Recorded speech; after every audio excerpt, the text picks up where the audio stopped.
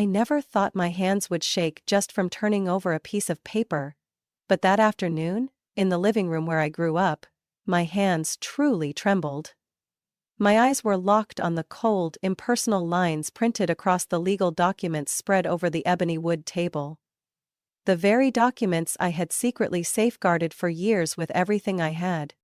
Across from me, my younger brother Jacob was wearing a smug, almost terrifying smile, as if he had just won a life or math chess game I didn't even know I was playing. Sitting beside him, my parents sat upright, faces beaming like they'd just accomplished something sacred. "We're officially signing the transfer of Ravenhill to Jacob today," my father announced, his eyes glowing with pride. None of them knew that nearly 2 decades ago, my grandfather, Franklin Westbrook, had quietly established a trust in his own name, and the sole legal trustee with full control over Ravenhill was me. I'm Charlie Westbrook, the eldest daughter in a prestigious family of attorneys spanning 3 generations in the state of Virginia. The 3-story granite mansion known as Ravenhill, nestled atop a green hill just outside Charlottesville, is the symbol of our family's legacy. A place that has hosted weddings, funerals, and summer parties the entire community looked forward to. I moved out when I started working in Washington, D.C., but I never missed returning on the second weekend of every month. A tradition my parents clung to like it was the last breath of their golden era. This time was no different. I received a message from my mother. "Come home this weekend, sweetheart. We have some wonderful news to share. Jacob and Jessica will be there too." No hints, no details. I suspected nothing, just assumed it was another family gathering like always. I had no idea I was about to witness the most calculated betrayal of my life. My green pickup truck pulled up in front of the wrought iron gate, the same one I used to chalk doodles on when I was 8.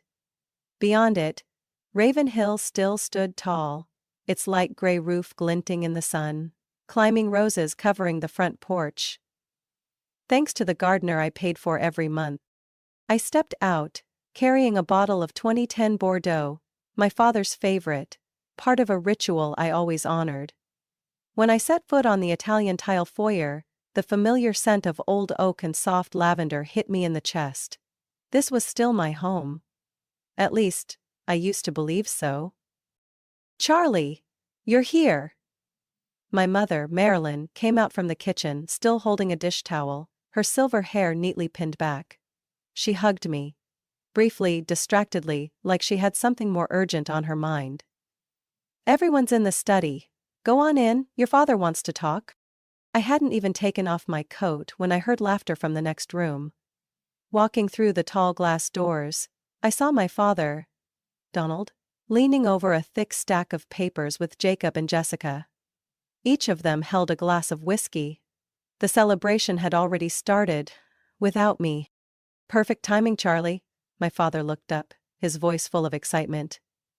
He's 68 now, but still carries the commanding presence of a seasoned lawyer. Perfectly styled salt and pepper hair, expensive tie immaculately straight. "We just finalized the agreement to transfer Ravenhill to Jacob. Everything will be completed within the next 2 weeks." I stood frozen. It felt like someone had hit me square in the forehead. I heard the words, but they didn't make sense, even as they echoed in my head. Transfer Ravenhill to Jacob. I couldn't comprehend why. Why him? Jacob turned toward me, eyes gleaming with triumph. "You know, I think the timing is perfect. Jessica and I are starting a family. Ravenhill will be the perfect home."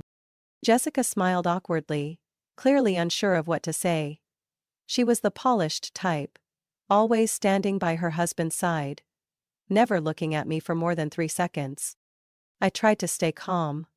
My voice was low and steady. "Did either of you ever consider talking to me first? Or was this decision already made?" My father sighed, as if I had asked something completely unreasonable. "You live in the city, busy with your work at the museum. You've never shown interest in staying at Ravenhill. Meanwhile, Jacob works at the family law firm, and Jessica's expecting. This just makes the most sense." I couldn't say a word. I couldn't even bring myself to explain that for the past 10 years, I had been the one paying the property taxes, fixing the leaking roof, and covering the gardener's wages, all from my grandfather's trust fund, which only the family lawyer and I knew about. They were preparing to hand over something they didn't even legally own. And that was only the tip of the iceberg. I set the wine bottle down on the table and turned to face Jacob, my 32-year-old brother, coddled like he was the center of the universe, and silently thought to myself, "You think Ravenhill is yours? Just wait." I left Ravenhill that afternoon with a lump burning in my throat. The anger didn't explode. It simmered, searing every thought from the inside out. I drove down the hill, past the gravel road leading back into downtown Charlottesville, trying not to slam the gas pedal. If Jacob knew that just 3 years ago that house was on the brink of foreclosure, his smug little smile might just fade away. For over a decade, I had lived like a shadow in my own family, always present, always reliable, but never truly seen. I started transferring money to Ravenhill when I was 26, right after landing my first job at the Museum of American History in D.C. My grandfather, Franklin Westbrook, had just passed away. Before he died, he called me into his study, where a portrait of his younger self still hung behind the leather armchair. He handed me a thick sealed envelope and said something I've never forgotten. "Ravenhill isn't just land. It's the blood and bones of this family. I chose you, Charlie, not because you're the eldest, but because you're the only one who truly understands what that means." Inside the envelope were the documents of a trust my grandfather had established when I was 11. The name Franklin Westbrook Trust was clearly printed on the paperwork. An independent legal trust that owned Ravenhill and the entire surrounding estate, with me as the sole legal trustee after his death. The only condition: keep everything secret until the protection of Ravenhill must come to light. And I kept that promise.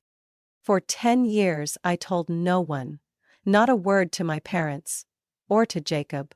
I let them continue to believe they were in charge, and while they were blind to the truth, I gritted my teeth and covered every debt the estate incurred, from property taxes to the roof repairs in 2016, even replacing the entire plumbing system that had rusted since the 80s.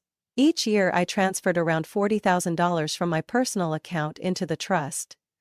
Money I could have used to buy my own home, travel, or even invest in my future. I gave it all up. My father, Donald, never asked how I was doing in D.C., only why I hadn't bought a new car after working for so many years. My mother was gentler, but the way she brushed past everything I said about my work, as if preserving historical artifacts was just a hobby, cut deeper than silence. Meanwhile, Jacob was treated like royalty. He got a brand new BMW the moment he graduated from law school, and I still remember the gleam in my mother's eyes when he showed off the keys at dinner while I quietly picked at my vegetables. That same year I had been awarded a full doctoral scholarship in cultural heritage conservation, but no one mentioned it. They only asked, "What are you going to do with that degree? Become a librarian?" I gave a strained smile, and kept sending money to Ravenhill. Once, I asked my father why no one ever acknowledged my role in keeping Ravenhill running. He replied with just one sentence: "You don't need recognition to do the right thing, Charlie. If you do, then you're doing it for the wrong reasons." That hollow philosophy sounded noble, until it came from someone who had just removed his daughter's name from the inheritance list without a single conversation. I'm not stupid. I know Ravenhill is no longer a legacy to them, it's an asset. And in the game of assets, Jacob is the shinier piece. He's the son, the lawyer in the family firm, married and expecting a child. All the things my parents see as right and continuity. I, on the other hand, am a 36-year-old single woman, working in a museum, renting an apartment in Georgetown. I don't fit into the traditional picture they've painted, even though I'm the only one who's kept that place from falling apart. I didn't speak up, not once. Even when I saw the $18,000 invoice for repainting the porch they sent to our shared email and my father casually forwarded it with, "Can you take care of this for me?" I still said nothing. I still paid. I did it for my grandfather. Because I knew he believed in me. But that day, when I heard my father say that Ravenhill will belong to Jacob and Jessica in 2 weeks, something cracked inside me. Not with a loud noise, but like a hairline fracture in a column. Quiet, but irreversible. I knew it was time to use my voice. And more than that, it was time to bring the Franklin Westbrook Trust into the light. I didn't sleep at all that night. The yellow lamplight reflecting on the ceiling of my small Georgetown apartment made me feel like I was exposed in a public square. Every time I closed my eyes, I saw Jacob's grinning face beside that thick stack of papers. Transfer of Ravenhill. I could still hear every word, like they were tapping against my temples one by one. By the time the first light of dawn slipped through the curtains, I had made up my mind. I brewed a strong cup of coffee and opened the safe in my bookshelf, where I kept the original documents of the Franklin Westbrook Trust, along with legal papers and financial records from the past 10 years. All of it was backed up, notarized, and meticulously organized. If needed, it would take me less than an hour to prove that Ravenhill was not my parents' property, and that they had no legal right to transfer it to anyone, including Jacob. But the hard part wasn't the law. The hard part was me. I had stayed silent for so long. If I suddenly pushed back, they would see me as a traitor, nothing more. They wouldn't care about the truth. They would only feel humiliated. Because I dared to expose them. In a game they thought they had already won. And worst of all, I wasn't sure I wanted them to know. Because once I said it, everything would change. There would be no room left for kindness, or for whatever they thought family unity was. I would become the obstacle in their succession plan, and I knew my father, Donald, would do whatever it took to regain control. Even if it meant taking his own daughter to court. But I couldn't let them keep acting illegally. This wasn't just my issue anymore. It was my grandfather's legacy. The legal responsibility he entrusted to me. I had no right to ignore it just because I didn't want to cause trouble. I knew I needed legal backup. The only person who could help me now was Helen Carter, my grandfather's personal attorney, and the one who helped him set up the trust back in 2002. Helen is 72 now, semi-retired but still maintaining a small office downtown. I scheduled a meeting with her that morning at 10 a.m., at a discreet cafe near City Hall. When I arrived, she was already there, wearing a perfectly tailored navy suit, her eyes as sharp as the day I first met her at my grandfather's funeral. "Charlie," she said, her voice low and smooth like old jazz. "You're here about Ravenhill, aren't you?" I nodded and pulled the folder from my leather bag. She read every page carefully, not skipping a single comma. When she reached the section naming me as sole trustee, she gave a slight nod. "The documents are intact. Everything is still legally binding. The Franklin Westbrook Trust is the sole legal owner of the Ravenhill estate. No one has the right to transfer that property without your written consent. Not even your parents." I swallowed hard. Hearing it from a lawyer wasn't like saying it to myself. It carried weight. It was truth with authority. "But if I speak up," I hesitated, "everything will fall apart. They'll never see me the same again." "They never saw you for who you truly are, Charlie," Helen said, her tone firm and unsentimental. "And by letting them keep breaking the law, you're betraying the one person who believed in you more than anyone. Your grandfather." I had nothing left to say. She handed me a new business card. "In case you need me to step in officially. But I suggest you take control of the narrative. Don't let them find out the truth from the title office. That would be worse." That afternoon, when I returned to my office at the museum, I found an email from my mother waiting. Subject line: "Urgent. Need your signature ASAP. Dear Charlie, your dad just sent the Ravenhill transfer documents to Jacob's lawyer, and they need you to sign a waiver to officially relinquish your inheritance rights. It's simple, nothing serious, just a legal formality. I know you're busy, so I already printed the papers and will bring them home this Saturday for you to sign. Thank you. Love you, Mom." I stared at that last line. Just a legal formality. Everything is always simple to them. unless it involves power. I took a deep breath and typed a single sentence. Mom, I think it's time we have an honest conversation about Ravenhill. And about Grandpa. I hit send. And in that moment I knew. There was no turning back. I arrived at the old law office on the third floor of a red brick building near Court Square at 3 p.m. sharp. The frosted glass door bore faded silver lettering, Carter and Morgan, legal counsel since 1962. I had come here a few times with Grandpa as a child, swinging my legs on an oak chair while he and the lawyer talked about something loud and secret. Today, I returned. Not as an 8-year-old girl, but as the one holding what my family didn't know existed. The legal ownership of Ravenhill. Helen wasn't in today, but she had arranged for me to meet Mr. Samuel Morgan, the firm's co-founder, now 78 years old, and the man who had personally helped my grandfather draft the Franklin Westbrook Trust. The secretary led me into a walnut-paneled room, where the afternoon sun filtered through bamboo blinds, casting a soft glow on the faded Turkish rug. Samuel sat behind his desk, holding a cup of tea, horn-rimmed glasses resting low on his nose. When I stepped in, he looked up, his blue-gray eyes gleaming with the sharpness of someone well acquainted with other people's secrets. Charlie Westbrook, he said, his voice low and gravelly like burned wood. You've grown up. I nodded. I think it's time we talk about Ravenhill. Without any further explanation, I placed the file on the table. He opened it and turned each page slowly. Every flip of a page sliced away another illusion my parents had built over the years. Original copies, I said, with tax payment records and annual maintenance expenses. Everything was paid through the trust account. Except in some urgent cases, where I transferred funds from my personal account. Mr. Morgan said nothing for a long while.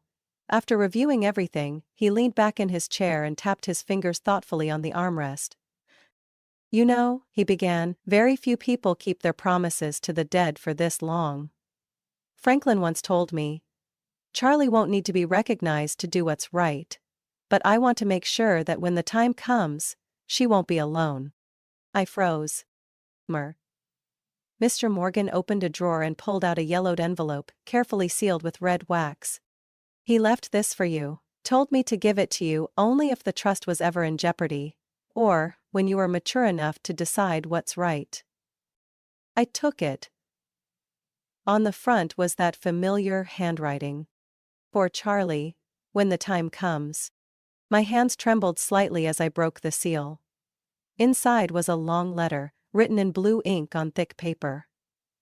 His handwriting was still there, bold, steady, full of conviction. My dearest Charlie.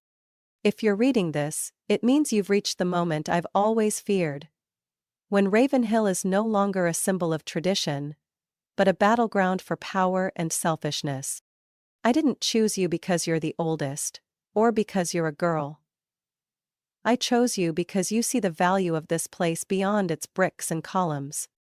You don't need anyone's permission to protect this legacy, you just need to remember, justice is not silence. You have the right, and the responsibility, to do what's right.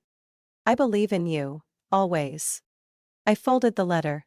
My eyes were dry but my throat felt like it was being crushed. Every word took me back to those days walking Ravenhill with Grandpa, as he showed me each old brick, each architectural detail, telling stories of the 5 generations who lived there. Not to brag, but to teach me to value it.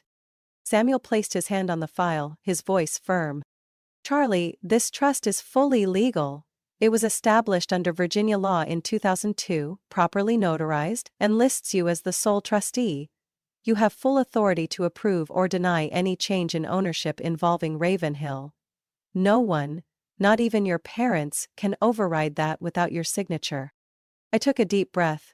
My head felt like a tightly wound string. Years of silence, of swallowing anger just to protect the illusion of a close-knit family. It was all about to end. What if they've already signed a contract with a third party? I asked. Any such transaction would be immediately voided once the title office discovers the property is legally owned by the Franklin Westbrook Trust, not by Mr. Donald or Mrs. Marilyn Westbrook. But But, he paused. If you remain silent, it will evolve into a legal dispute that I can assure you will be painful and public. I looked him straight in the eye. So now it's time to speak up? Samuel Morgan nodded slowly. Yes, and I'll stand with you. I left the office in silence, my grandfather's letter tucked inside my bag, heavier than anything I'd ever carried. The gray afternoon sky felt like a warning of the storm to come. And this time, I would be the one to bring it. I sat in my car for a long time after leaving Morgan's office, still gripping my grandfather's letter like it was the last shield between me and the undercurrent threatening to sweep everything away. Finally, I unlocked my phone and scrolled through my contacts to the name I'd been avoiding all week. Graham Sutton. The attorney handling Ravenhill's transfer documents. Graham was a senior partner at the law firm my father had trusted for nearly 2 decades. He was in his 40s, meticulous, sharp, and most importantly, neutral. That's why, if I wanted to stop this unauthorized transfer without turning it into a full-blown family war, Graham was my only starting point. I made the call. Sutton speaking. Hi Graham, this is Charlie Westbrook. I'd like to meet with you today, it's about Ravenhill. There was a brief pause, then his voice turned cautious. I'm currently finalizing the paperwork with Mr. Donald and Jacob. If you'd like to review the terms. No, I cut in. I'm not here to review anything. I'm here to provide information. Information that will render the entire transfer process invalid. He went silent. What did you say? I'd rather not discuss it over the phone. I'll be at your office at 3 p.m. I need 45 minutes. You'll want to hear this. I didn't wait for a response. I hung up. Graham met me in the lobby on the 15th floor of a sleek glass tower in downtown Charlottesville, dressed in a flawless gray suit like he'd just walked out of a global finance summit. He led me into a small private conference room. No glass walls, just a long walnut table and a polished silver tray with a carafe of water. Ms. Westbrook, he said, still guarded. I'm very curious about this information you mentioned. I opened my bag and pulled out the Franklin Westbrook Trust file, laying each page on the table like the final hand in a high-stakes game. Graham flipped through them, reading carefully. When he reached the section confirming the trust's ownership, I saw his lips press together. Then he looked up. His eyes had changed. The arrogance was gone, replaced by the sharp alertness of a lawyer who realized he was about to be swept into a storm. You're telling me Ravenhill isn't currently owned by Mr. and Mrs. Donald? He asked slowly. I'm not just telling you, this is legal proof, I said. The trust was created in 2002, my grandfather was the founder, I am the sole legal trustee, as recorded and certified by the Albemarle County Clerk's Office. And Mr. Donald doesn't know about this. They believe they're the owners, but on paper, they've had no legal claim for over a decade. Graham leaned back in his chair, ran his hands over his face, and exhaled like someone who just learned his client had filed for bankruptcy. I'll be honest with you, Charlie.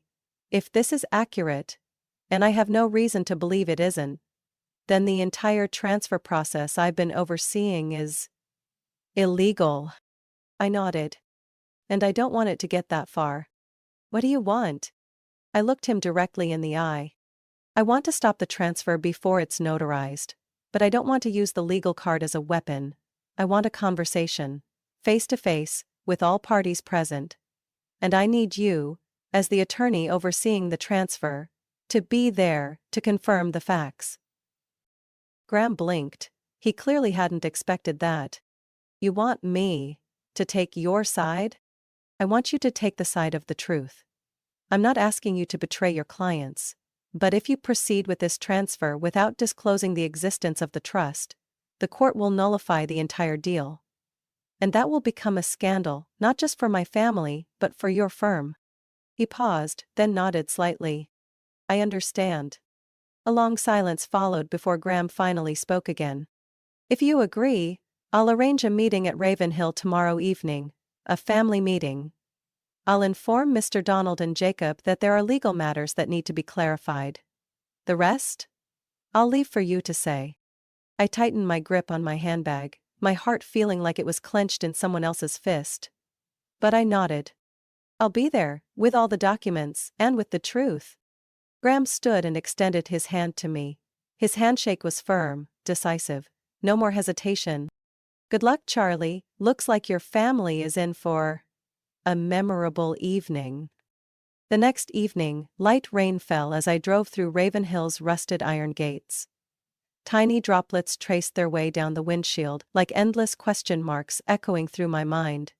How will they react? Denial? Anger? Or will they finally see me differently? Jacob's SUV sat parked arrogantly right in front of the main entrance, its tires still caked with mud. I parked a little further back, beneath the old oak tree where I used to play hide-and-seek with Grandpa, then stepped out with the green leather folder clutched tightly in my hands. Inside it was everything: the trust documents, bank statements, repair receipts, property ownership records. Tonight, it would all be laid bare. The large sitting room glowed brightly as I walked in. My mother, Marilyn, stood by the fireplace holding a glass of white wine. My father, Donald, sat upright in a leather armchair, legs crossed, eyes cold as steel. Jacob lounged on the sofa, wearing the smug expression of someone who thought this meeting was just a dull formality. Graham Sutton stood by the window, arms crossed, eyes scanning the room. Charlie, my mother forced a smile. You finally made it. We were just discussing renovation plans for Ravenhill. Jacob had some great ideas for the kitchen. I didn't respond. Instead, I placed the document folder on the oak coffee table and calmly opened it. We're not discussing kitchens tonight, I said, my voice steady and clear. We're discussing the truth and the legal ownership of Ravenhill. The room fell silent. I pulled out the first document, the notarized copy of the Franklin Westbrook Trust, and slid it toward my father. This is the trust Grandpa established in 2002. It is the sole legal owner of Ravenhill. He transferred full ownership into it. And I have been the sole trustee since I was 21. My father didn't touch the papers. He just glared at me. What are you talking about? We're the ones on the deed. I've paid the taxes. You haven't paid a cent in the last 10 years, I interrupted. I have, from the trust, and when that wasn't enough, from my personal account. Here are the statements. Bank records, tax receipts, roof repairs, electrical system upgrades, even Mrs. Jenny's wages. Everything came from me. I pushed the next stack of papers toward my mother. Her face went pale as she scanned the figures. She had always prided herself on managing the family finances, but now, the truth had pushed her far out of her comfort zone. Jacob jumped up. Hold on, are you saying you own this place? That you get to make all the decisions? That's ridiculous. Mom and Dad planned a legal transfer. Graham, what's going on? All eyes turned to Graham. He didn't flinch. I verified the legal standing of the documents Charlie provided. The trust is fully valid. Ravenhill has belonged to that trust for over a decade. The Donald family is no longer the legal owner. And Charlie, as trustee, has full authority over any decisions involving this property. This is betrayal, my father growled. You went behind our backs and took everything, and now you come here to lecture us? I looked straight at him, my voice low but firm. No, Dad, I protected Ravenhill when you and Mom abandoned it. I didn't do it to take over. I did it because I believed in Grandpa's legacy, the one you always called sacred, and yet almost handed over to Jacob like it was some throwaway prize. A beat of silence. I took a deep breath. But I'm not here to take Ravenhill back. I'm here to offer a deal. Jacob scoffed. A deal? What, you think you're the queen now? I ignored him and turned to my parents. If Jacob still wants to live here, I won't stop him. But there are conditions. 1. He must respect the historical integrity of Ravenhill. Any major renovations must be reviewed and approved. 2. He must share financial responsibility for maintenance, no more living comfortably off someone else's back. 3. My role must be clearly acknowledged. No more treating me like the museum girl. My mother closed her eyes. My father turned away. Jacob's face darkened, while Graham scribbled notes. "If you don't agree," I said quietly, "I'll convert Ravenhill into a heritage conservation site. No private residents allowed. Not even family." The silence stretched on, like a sentence being handed down. Finally, my mother spoke, her voice as soft as a sigh. "You've changed, Charlie." I smiled. Not a triumphant smile, but the kind that comes with relief after years of being dismissed. "No, Mom, I haven't changed, I've just stopped putting up with it." 2 days after the stormy family meeting, I returned to Ravenhill. This time with a different mindset. No longer the overlooked daughter, no longer the secret keeper, I came back as the person Grandpa trusted with authority. And now, the one deciding the fate of this house. Graham had prepared a memorandum, and I brought a revised draft of the negotiation terms I'd stayed up all night refining. The meeting took place in the library, the only room in Ravenhill where I'd ever felt truly seen. Perhaps, because it still bore my grandfather's presence. My father, Donald, looked tired but calm. My mother, Marilyn, seemed more composed, though her gaze held a trace of caution. Jacob couldn't hide his irritation, but at least this time he didn't fire off a sarcastic remark when I walked in. Graham began. "We're here to discuss a collaborative proposal between all parties, to ensure Ravenhill is managed legally, preserved as a heritage site, and that stability is maintained within the family." I nodded and took out my draft. "I've reviewed the family's counter-proposal, and I agree in principle to 3 points. First, we establish a non-profit, the Westbrook Heritage Foundation, to oversee finances, maintenance, and all operations related to Ravenhill." I looked at my father. This foundation would have a 4-member board: you, Mom, Jacob, and myself. However, any expenditure over $25,000 must be approved by at least 3 board members. Donald nodded slowly. "That's fair. It gives everyone a voice, but still ensures financial oversight." "Second," I continued, "Jacob and Madison may proceed with their plan to move into the East Wing, with some renovation privileges, provided they don't interfere with the historically protected architecture outlined in the 2018 Preservation Review." Jacob raised an eyebrow. "And who decides what qualifies as interference?" "I'll work with an independent preservation expert," I replied without hesitation. "And all plans must be approved by the Foundation's board." He leaned back in his chair and said nothing more. "Finally," I said, my voice lowering slightly, "I remain the sole legal trustee of the Franklin Westbrook Trust. I retain final veto power over any major changes to Ravenhill." A wave of silence swept through the room. I knew they didn't like it, but that part wasn't up for negotiation. This was Grandpa's legacy, not a piece of land to be divvied up like a poker pot. Marilyn broke the tension with an unexpected question. "And the money you spent, do you want to be reimbursed?" I shook my head. "No, but I want it formally documented in the Foundation's records. This is the financial contribution log over the past 10 years, totaling $537,400. That includes maintenance costs, repairs, property taxes, staff wages. I don't want a cent back, but I want the truth acknowledged." Donald sat still, eyes fixed on the spreadsheet. At last he spoke. His voice low, raspy, but no longer bitter. "Charlie, I used to think you lived far away. Disconnected, not really caring about Ravenhill. But it seems I was wrong." I swallowed hard. "You weren't wrong, Dad, you just didn't look closely. I didn't stay away because I didn't care. I stayed away because I knew that if I stayed close, I'd always be a shadow in someone else's version of the story." Marilyn placed her hand gently on the table. "Then, from now on, can we rewrite that story, together?" I nodded. Graham stood gathering the papers. "I'll revise the agreement based on today's terms. If there are no further disputes, we can sign it officially within the week." Jacob stood, walked toward me, and slowly held out his hand.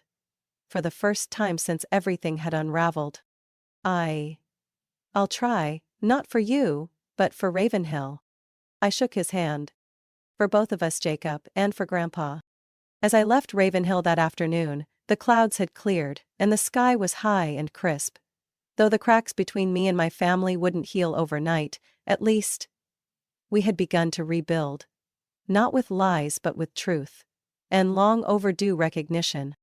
3 weeks after that historic negotiation, we walked together into a law office in downtown Charleston. Not as rivals battling over inheritance, but as a family trying to restore balance after years of fracture. The sleek modern glass building stood in stark contrast to the worn wooden halls of Ravenhill. But today, it marked a turning point that could not be undone. Graham Sutton had everything prepared. The charter for the Westbrook Heritage Foundation, financial commitments from each member, operating regulations, and finally, the official record of the more than $500,000 I had spent over the last 10 years to keep Ravenhill from falling apart. I wore a simple charcoal suit, my hair tied up. No longer the silent daughter at dinners filled with dismissive glances. Today I was the representative of Grandpa's will, walking into that room with full clarity of purpose. My father Donald looked weary but composed. My mother Marilyn wore lighter makeup than usual, and sat more quietly than I had ever seen her. Jacob arrived last, with his wife Madison, who had stayed neutral throughout the entire dispute. But the most unexpected presence was Catherine, Jacob's ex-wife, who came with me. Though they had divorced quietly 2 years ago, Catherine and I had remained friendly through her continued support for the museum. This time, she volunteered to be my witness and emotional support. "I know I'm no longer part of that house," she said softly as we waited outside the conference room. "But Ravenhill isn't just a place. It's memory. And memories should be preserved by someone who understands them." Graham opened the proceedings with his calm, professional tone. "We're here to formally sign the legal documents establishing the Ravenhill Preservation Trust and recognizing the new management structure." Each person signed in turn. When it was my turn, I put pen to paper with a strange feeling. Not victory, but closure. 10 years of quiet contribution, endurance and silence. All sealed with a signature and a red stamp. When it came time to acknowledge the financial contributions, Graham looked up, his voice more formal. "We officially recognize the total contribution of $537,400 from Ms. Charlotte Westbrook. Funds, drawn entirely from her personal resources, to maintain, repair and preserve Ravenhill from 2013 to 2023. Without this contribution, the estate may not have survived to the present day." Jacob sat frozen. He said nothing, but I saw his eyes linger on the printed photo of the new roof, installed in 2017. The one I had emailed to the contractor while he and Dad were golfing in Florida. When all the documents had been signed, we remained seated in the conference room. No one rushed to leave. A quiet moment settled over people who once thought they could never sit at the same table again. Then, unexpectedly, Catherine stood up, raising her glass of water. "I know I'm no longer part of this story, but I'd like to say one thing. If anyone deserves to represent Ravenhill, not just in name but in spirit, it's Charlie. She didn't just keep the house standing. She preserved the memory and identity of this family." My throat tightened. I couldn't speak for a moment. My father nodded slightly, then stood. "I used to think you were someone who lived in the past, clinging to things that were old and fading. But today, I see. You're the only one brave enough to keep the past from being rewritten. And I know. Your grandfather was right to trust you." Madison gave me a small smile. For the first time since everything began. There was no warmth between us, but something had shifted. Maybe it was acknowledgement. Maybe quiet gratitude? As we left the office, I slowed my steps, gazing at the glass buildings reflecting the soft afternoon light of Charleston. Catherine walked beside me, carrying the folder of documents. "So it's done," she said gently. I smiled faintly. "No, it's just beginning." Ravenhill still stood, a house full of layered memories and lingering ghosts. But for the first time, I no longer felt like the one quietly tending the flame in the shadows. Now I was the one lighting the torch, standing in the grand hall, letting the old secrets become not burdens, but legacy. A legacy that wasn't perfect, but truly mine. My story wasn't just about reclaiming a piece of property. It was about reclaiming myself, a person once dismissed by her own family, forgotten in the shuffle of power and inheritance. But through every difficult decision, I learned that recognition doesn't come from demanding it. It comes from living by your values. Ravenhill was preserved, yes. But more importantly, I had protected my voice and my dignity. And that is the legacy I truly want to keep. What do you think about Charlie's decision and how she handled her family? Share your thoughts in the comments below. And don't forget to follow the channel for more real-life, emotional stories about family.